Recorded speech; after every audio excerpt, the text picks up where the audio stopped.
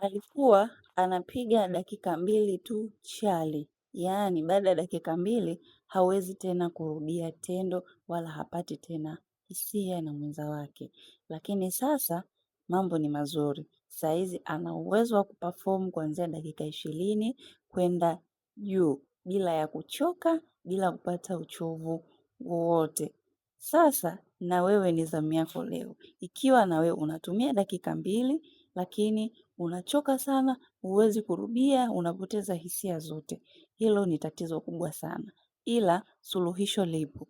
Ni DM au chukua namba bio, piga moja kwa moja ili uweze kupata ushauri nawe uwe kama huyu ambaye kwa sasa anapiga dakika 20 kwenda juu, yaani dakika 20 na kuendelea.